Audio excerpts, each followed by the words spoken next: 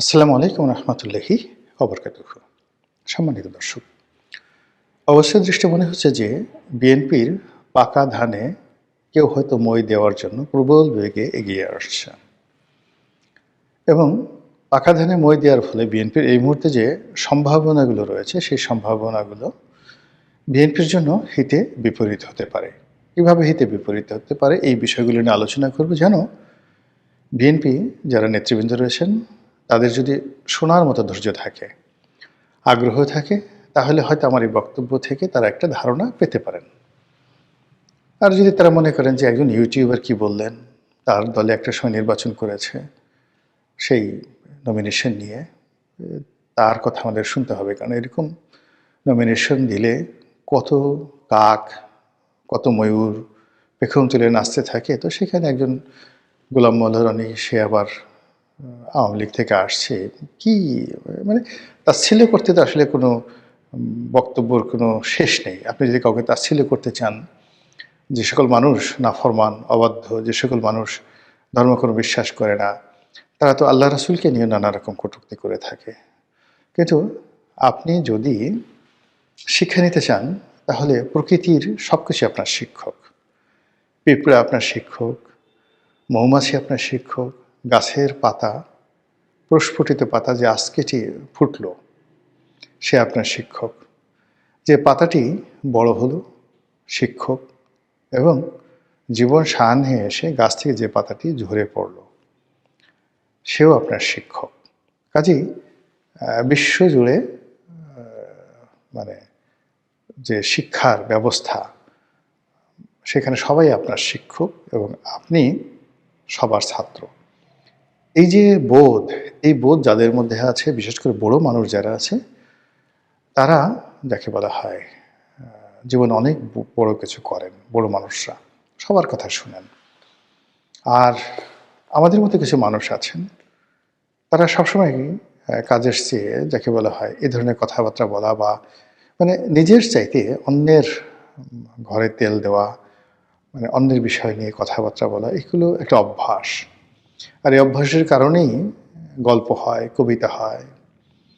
এই অভ্যাসের কারণেই শিল্প হয়, সাহিত্য হয়, সংস্কৃতি হয়।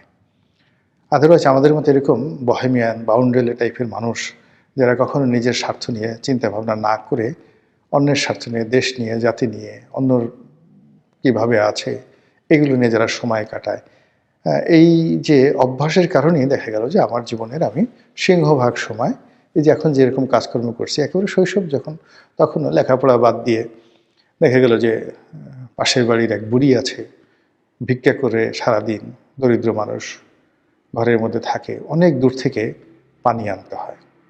সারাদিন ভিক্ষা করে আসছে, চাল নিয়ে বসে আছে আমাদের গ্রামে, কিন্তু পানি আনার মধ্যে কোনো লোক নাই।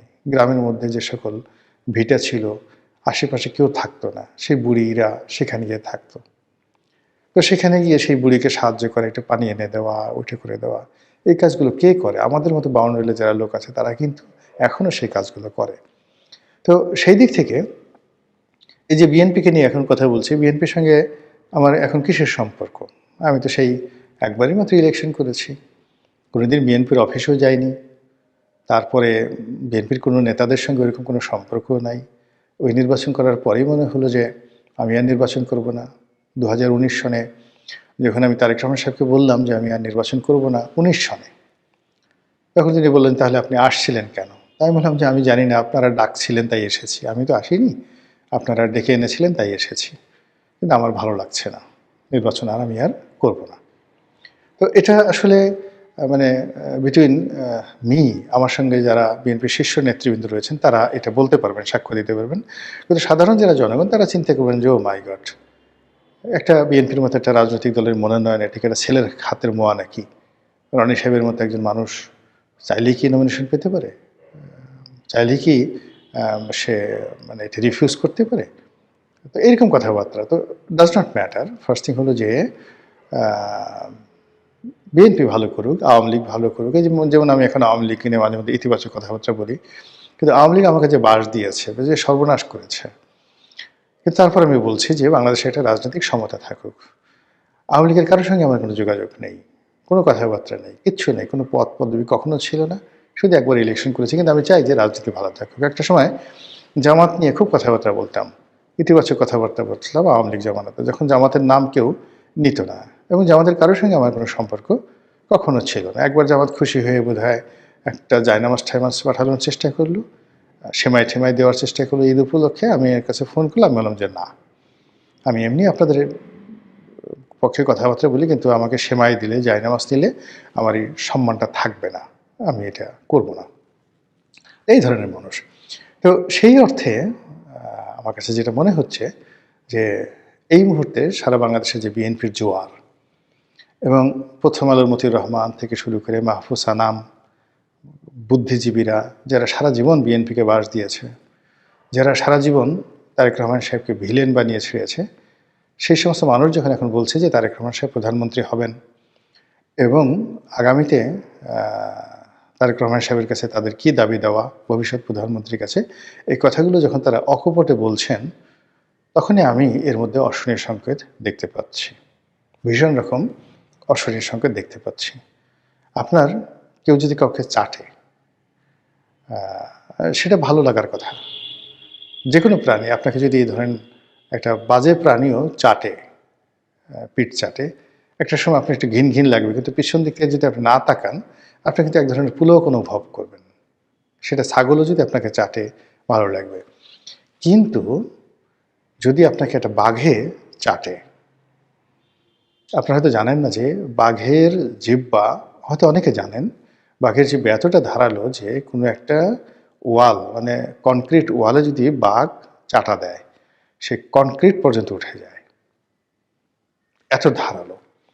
তদ্রূপ একজন জ্ঞানী, একজন গুণী, একজন কুটিল স্বভাবের মানুষ, সে যদি হঠাৎ করে এসে আপনার প্রশংসা শুরু করে, যে কিনা আজীবন আপনাকে সমালোচনা করেছে এবং আপনাকে ঘৃণা করে, আপনাকে ঈর্ষা করে, আপনার পতন কামনা করে, তো সে যে কোনো বিপদের সময় হোক না কেন, যে অবস্থায় হোক, আপনাকে এসে যদি সেই লোকটি প্রশংসা করে, তাহলে ওই প্রশংসার মধ্যে আপনি হজরত আজরাইল আলাইহিস ইসলামের আগমন বার্তা আপনি লিখে রাখতে পারেন। এটা হলো বাস্তবতা। অসংখ্য উদাহরণ রয়েছে। তো সেক্ষেত্রে এই মুহূর্তে তারেক রহমান সাহেবের যারা প্রশংসা করছেন, বিএনপির যারা প্রশংসা করছেন, এর মধ্যে আমি প্রথমত বিএনপির যাকে বলা হয় বিপদ, অশ্লীল সংকেত দেখতে পাচ্ছি।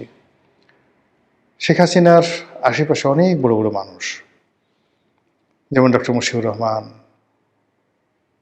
এনবিআরের যে চেয়ারম্যান ছিলেন, তারপরে ডক্টর এস.টি. ইমাম, ডক্টর গহর রিজভীর মতো মেধাবী মানুষগুলো তাকে স্যার ডাকতেন, মাথা নুয়ে থাকতেন, কথায় কথায় তেল মারতেন। ফলে মানে শেখ হাসিনার কাছে মনে হতো যে এত বড় বড় মানুষ আমাকে এইভাবে সম্মান করে, আর ছাত্রলীগ যুবলীগের একটা সাধারণ কর্মী এসে আমাকে আপা আপা ডাকে, বিভিন্ন রকম মুখে যা আসে তাই বলে, এটা কী ধরনের কথা। ফলে তিনি একটা সময় গণভবনের দরজা তার নেতাকর্মীদের জন্য বন্ধ করে দিয়েছিলেন। এবং আপনারা এখন যেমন তারেক রহমান সাহেবের বিড়াল নিয়ে খুব আলোচনা হচ্ছে, বিড়ালের নাম কি, জিবু, এবং এটা নিয়ে খুব ট্রল হচ্ছে। কি ট্রল হচ্ছে? যে বিড়ালের পাসপোর্ট হচ্ছে, তারপরে বিড়াল কবে আসবে। এখন মানে সেই বিড়ালের জবান অনেকে খুলে ফেলেছে এবং বিড়াল কথা বলছে, মানে এআইয়ের মাধ্যমে বিড়াল কথা বলছে, এবং কথা যে সকল কথাবার্তা বলছে খুবই অবমাননাকর। বিড়াল মানে তারেক রহমান সাহেবের বিড়াল জেবুকে দিয়ে এআইয়ের মাধ্যমে যে সকল কথাবার্তা বলানো হচ্ছে, ওগুলো শুনলে আপনি বুঝতে পারবেন যে সেন্টিমেন্টটা কী।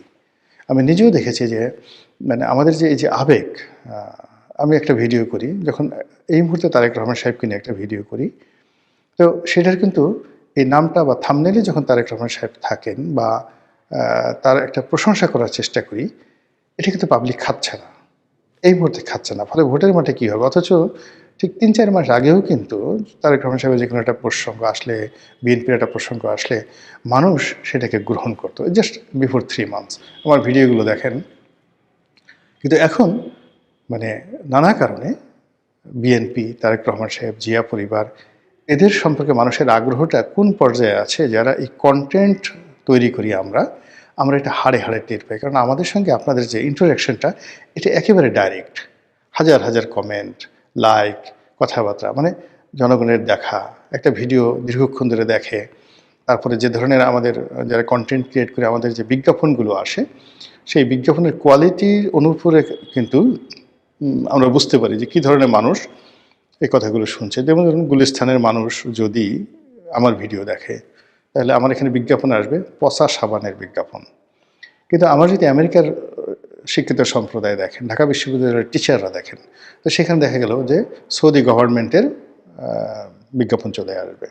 তো সেক্ষেত্রে কি হলো যে আমরা যারা এই কন্টেন্ট, আজকে যেমন আমি 5-6 বছর যাবত কন্টেন্ট করি, এই বিষয়গুলো পুরোটা আমি জানি। ফলে এখানে জনগণের মত কোন দিকে যাচ্ছে, জনগণ কোনটা পছন্দ করছে, সেটা কিন্তু আমরা বুঝতে পারি, রিড করতে পারি। এবং সেই দিক থেকে তারেক রহমান সাহেব এবং বিএনপির জন্য এই সময়টি তারা মনে করছে ভালো, কিন্তু আমরা যারা বাইরে থেকে দেখছি আমাদের কাছে মনে হচ্ছে সব কিছু এলোমেলো হয়ে গেছে।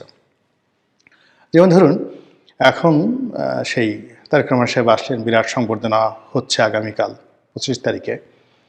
তো এখানে দলে দলে লোক গ্রাম থেকে চলে এসছে। এটা দেখে আপনি মানে বিএনপি যারা লোকজন রয়েছেন তারা খুব খুশি যে আমাদের নেতা আসছেন, দীর্ঘদিন গ্রাম থেকে, প্রত্যন্ত অঞ্চল থেকে চলে আসছে। মূল ব্যাপারটা হলো, আপনার অবাক হয়ে যাবেন, আমাদের বাড়ির পাশে আটরশি পীর সাহেবের বাড়ি। তো বছরে যাকে বলা হয় ওনার একটা ওরস মোবারক হয়, ছোটোকাল থেকে আমরা দেখে আসছি। মানে 1 কোটি লোক সেই ওরসে যায়, 1 কোটি।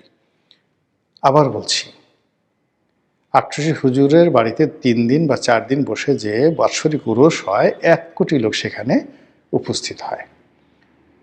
এর বেশিরভাগ লোক ওখানে যাওয়ার পরে তারা ওই যে এতগুলো মানুষ একসাথে হয়েছে এটার মধ্যে আনন্দ পায়। আমরা যেমন গ্রামবাসী লোকজন সমস্ত কাজকর্ম বাদ দিয়ে ওই 3 দিন খালি ওই বাড়িতে থাকি। মানে পুরো সদরপুর উপজেলার যত লোকজন আছে বেশিরভাগ মানুষ এই সময়টাতে 1 দিনের জন্য 2 দিনের জন্য সেখানে যায়। প্লাস ওখানে ওই যে ডাল ভাত, গরুর মাংস, এগুলো একবেলা খাওয়ার জন্য মানুষ পাগল হয়ে যায়। মানে একটু লাইনে বসার জন্য ছোটোকালে পাগল হয়ে যায়। এর কারণ হলো এই ধরনের যে লোকজন বেশি হলে ভালো লাগে। এই যে বড় একটা মাহফিল হয়, বড় একটা যাত্রা গান হয়, বড় একটা সভা সমাবেশ হয়, এর 80% লোক, 80% লোক সেখানে যায় আউট অফ কিউরিসিটি, কৌতূহলবশত। তো এই যে তারেক রহমান সাহেব আসছেন, এখানে দেখবেন যে উপস্থিতি, যে ভিড়ভাট্টা বা যে সমস্ত কর্মকাণ্ড, এর 80% হলো আউট অফ কিউরিসিটি, যেটি 25 তারিখের পরে থাকবে না। আপনি 26 তারিখ থেকে ডিসেম্বর মাসের 26-27 তারিখ, মানে আপনি যে কিউরিসিটিটা 300 ফিটে দেখবেন, এটি উনি যখন ঢাকা বিশ্ববিদ্যালয়ে যাবেন এটা আপনি দেখবেন না। উনি যখন শহীদ মিনারে যাবেন আপনি দেখবেন না। উনি যখন নির্বাচন কমিশনে যাবেন এটা আপনি দেখবেন না। এর মধ্যে দেখুন, যারা দলীয় নেতাকর্মী রয়েছেন, সেই দলীয় নেতাকর্মী যারা আছেন তারা সেই যাকে বলা হয় অতিরিক্ত আগ্রহকে, একজন দেখলাম সে বিরাট ধানের পোশাক আশাক পরে আসছে, ধানের টুপি, ধানের জামা, ধানের প্যান্ট, এবং উনি না খেয়ে আছেন। উনি বললেন যে তার নেতার সাথে দেখা না হলে তিনি খাবেন না। রীতিমতো ফাজলামো। মানে যখনই দেখবেন যে একটা অতিরিক্ত, মানে কেউ আনুগত্য দেখায়, বেশি কথাবার্তা বলে, দালালি করে, তেল মারে, সেই তেল মারার কারণে সর্বনাশ ঘটে যায়। তো এখন তারেক রহমান সাহেবকে নিয়ে বিএনপিতে যা হচ্ছে, বা বিএনপিকে নিয়ে রাজনৈতিক অঙ্গনে যা হচ্ছে, এবং এই যে একটা তারেক রহমানের জ্বর, এইভাবে যদি তারেক রহমানের এই ঝড় এবং জ্বর রাজনীতিতে, এটা 1 সপ্তাহ যদি বিএনপি খালি এই দিকে দৃষ্টি নিবন্ধন করে, অন্যদিকে বিএনপি রাজনীতি ভেঙে চুরে খান খান হয়ে যাবে। বিএনপির যে রাজনীতির প্রতিপক্ষ, তারা বিএনপি রাজনীতিকে রীতিমতো গাং বানিয়ে ফেলবে। ইতিমধ্যে যে ঘটনাগুলো ঘটেছে, যারা মনোনয়ন পায়নি, বিএনপি যারা মনোনয়ন পেয়েছে এবং যারা এই তারেক রহমান সাহেবকে নিয়ে ব্যস্ত, তাদের অজান্তে যারা মনোনয়ন পায়নি তারা তাদের নির্বাচনী এলাকা গুছিয়ে ফেলবে। সবাই যখন ঢাকা আসছে তারা তখন নির্বাচনী এলাকাতে কাজ শুরু করে দিয়েছে বিদ্রোহী পক্ষ। এবং অনেক যারা মনোনয়ন পায়নি, অনেকের হয়তো বয়স 60 বছর, 58 বছর, তারা মনে করছেন জীবনের এটাই শেষ নির্বাচন, ডাজ নট ম্যাটার, এমপি তাকে হতেই হবে। আবার অনেকে মনে করছেন এমপি হই বা না হই একটু দেখাই দেবো যে আমি আসলে কতটা গুরুত্বপূর্ণ। এই জেদ, মানে একটা দলের জন্য যদি 10 বছর, 15 বছর, 20 বছর সে শ্রম দেয়, আর সেই শ্রমের মূল্য না পেয়ে এই সময়টিতে এসে নানা রকম নীতি নৈতিকতার কথা শুনে, নানা রকম অ্যাডভাইস শুনেন, এটা যে শুনে সে বুঝে কতটা কষ্ট। কাজেই যারা বিদ্রোহী হবেন তারা তাদের সর্বশক্তি নিয়ে বিএনপিকে যে অক্টোপাসের মধ্যে কামড়ে ধরবেন, এটা বিএনপির জন্য বিরাট বুমেরাং হয়ে যাবে। অন্যদিকে জামাত, এনসিপি এবং অন্যান্য যে সকল রাজনৈতিক দল আছে যারা এখনো পর্যন্ত ঐক্য হতে পারেনি বিএনপির কারণে, কিন্তু বিএনপির এই যে তারেক রহমান সাহেবের আগমন এবং এই সময়টাতে গত কয়েকদিনে যা কিছু ঘটেছে রাজনীতির অঙ্গনে, সেই রাজনৈতিক অঙ্গনে এই ঘটনার ফলে কি হলো, যেমন দেখা গেল একটি দল বিলুপ্ত হয়ে গেছে, সেই দলের কোনো নেতাকর্মী গিয়ে আর একটা দল বানিয়ে জামাতের সাথে যোগ দিল। তারপরে শেষে অনেক দলের নিবন্ধন আছে, তারা দল মানে যাকে বলে দলের নেতা, প্রধান নেতা নমিনেশন পেয়ে দল ব্যান্ড করে চলে গেছে।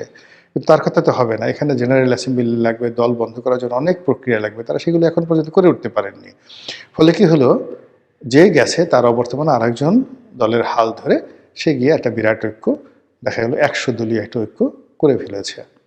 এবং আমাদের দেশে মানে কি বলবো, মানুষ যখন রাগ হয়ে যায় এবং কোনো মানে আপনি একজন ধরুন একজনকে আপনি ভিক্ষা দিতে চাইলেন, আপনি 50 টাকা দিলেন বা 100 টাকা দিলেন, খুব কান্নাকাটি করছে রাস্তার মধ্যে, আপনার দয়া হলো আপনি 100 টাকা দিলেন।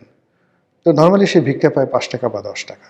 তো আপনার 100 টাকার নোট দেখে সেই ভিক্ষুক লোভী হয়ে গেল। লোভী হয়ে সে বলল যে, বাবা আমার লুঙ্গি নাই, চিকিৎসা নেই, আমাকে আরও কিছু দাও। তখন কিন্তু আপনার মেজাজ গরম হয়ে যাবে।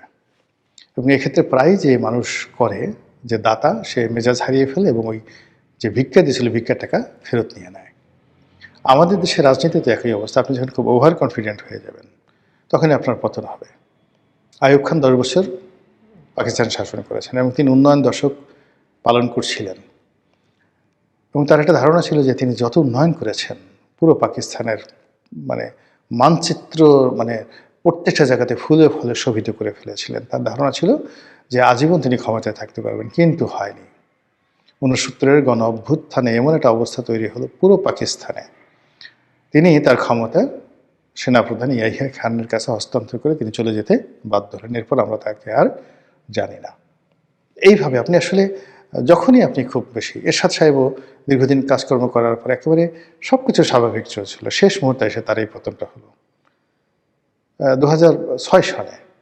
2006 সনে বিএনপির আসলে পরাজিত হওয়ার কোনো রিজন ছিল না, 111 হওয়ার কোনো কারণই ছিল না। কিন্তু অলনে ছাড়েন, বিএনপি যখন ওভার কনফিডেন্ট হয়ে গেল তখন তো এই ঘটনাগুলো ঘটে গিয়েছিল। ঠিক একই অবস্থাতে 1991 সালে রাজনীতির যত জরিপ সেটা ছিল আওয়ামী লীগের পক্ষে, এবং শেখ হাসিনা আওয়ামী লীগ ধরে নিয়েছিল যে তারা পাওয়ারে আসছে, আর বিএনপির আসলে কোনো প্রস্তুতিই ছিল না, তারা যে ক্ষমতায় আসবে এই ধরনের কোনো প্রস্তুতি ছিল না। 91 সালে বিএনপির মনোনয়ন দেওয়ার মতো অনেক জায়গাতে যোগ্য প্রার্থী তাদের ছিল না, কিন্তু নিয়তি তাদেরকে ক্ষমতা নিয়ে এলো। এইবার যেটা হচ্ছে, চারিদিকে একটা রব পড়ে গেছে, বিএনপি ক্ষমতায় আসবে শতভাগ, সবাই সে কথা বলছে। বিএনপির যারা লোকজন তারাও ধরে নিচ্ছে যে একবারে নমিনেশন পাওয়া, ইলেকশনটা শুধু বাকি, জাস্ট একটু ইলেকশন এলাকাতে যেতে হবে আর মানুষ হুড় হুড় করে এসে ভোট দিয়ে বিএনপিকে পাশ করে নিয়ে আসবে। আর তারেক রহমান সাহেব তো জাস্ট প্রধানমন্ত্রী, এটা সময়ের ব্যাপার, উনি শুধু চেয়ারটাতে বসাটা হলো তার ইচ্ছার উপর নির্ভর করবে, তিনি আজ বসবেন না কাল বলবেন সেরকম। তো এইরকম যখন মানুষ ওভার কনফিডেন্সের মধ্যে থাকে, মানুষ যখন একটা মোহের মধ্যে থাকে, মানুষ যখন অতি তেলবাজির মধ্যে থাকে, তখন তাদের যারা প্রতিপক্ষ প্রচণ্ড রকম শক্তিমত্তা অর্জন করে। ফলে এই সময়টাতে বিএনপি যাদেরকে কেয়ার করছে না, কাউন্টই করছে না, বা যাদের কাউন্ট করা তো দূরের কথা প্রয়োজনও মনে করছে না, এমন সব মানে প্রাচীরের গাত্রে এক নামগোত্রহীন ফুটেছিল ছোট ফুল অতিশয় দিন, ধিক ধিক করে তারে কাননের সবাই, বিখ্যাত একটা কবিতা। মানে বিএনপির এরকম অনেক ছোট ছোট ফুল, মানে যার কোনো রকম গুরুত্ব আছে বলে বিএনপির লোক মনে করে না, সেই এক একটা ফুলের কারণে বিএনপির সর্বনাশ হয়ে যেতে পারে এই নির্বাচনের এই সময়টিতে। এবং প্রকৃতির একটা ব্যাপার হলো, আপনি যখন কোনো একটা ব্যাপারে খুব বেশি কনফিডেন্স দেখাবেন, সেখানেই আপনার পতনটা হবে। ইসলামে যে জিনিসটা আছে যে তুমি আল্লাহর কাছে চাও বিনয় সহকারে, ভয় এবং লজ্জা নিয়ে, এবং যাকে বলা হয় তোমার বিশ্বাসও থাকবে, বিশ্বাস এবং ভয়, মানে খাউফ এবং রিজ্জা। খাউফ এবং রিজ্জা এই দুটো, মানে আমি একটা লেখা লিখেছিলাম, এটা নিয়ে আমি তখন পড়তে হয়েছিল যে দিলওয়ার হোসেন সাঈদীর ইমতিহান, খাউফ এবং রিজ্জা। তো এই খাউফ এবং রিজ্জা এই দুটো জিনিসের সমন্বয় যখন মানুষ করতে না পারে, তখন একেবারে আপনার সামনে যখন একটা খাবার আসবে আপনি মুখে দিবেন, ঠিক সেই জিনিসটা আপনার সামনে থেকে চলে যায়। আর এর কারণেই পাকা ধানে মই দেওয়ার প্রসঙ্গটি আসছে, মানে একেবারে রেডি হয়ে আছে, ফসল তুলবেন আর খাবেন, ঠিক এই সম্ভাবনাটাও শেষ মুহূর্তে নষ্ট হয়ে যায়। তো এই যে বিএনপির যে পাকা ধান, সেই পাকা ধানটি তারা কিভাবে সংরক্ষণ করবে, কিভাবে ঘরে তুলবে, এবং সেই ধান দ্বারা কিভাবে তাদের যে প্রয়োজন সেটা মেটাবে, আশা করি বিএনপি যারা নেতৃবৃন্দ সেটা আমার চেয়ে ভালো বোঝেন। আসসালামু আলাইকুম রহমতুল্লাহি ওয়া বারাকাতুহু।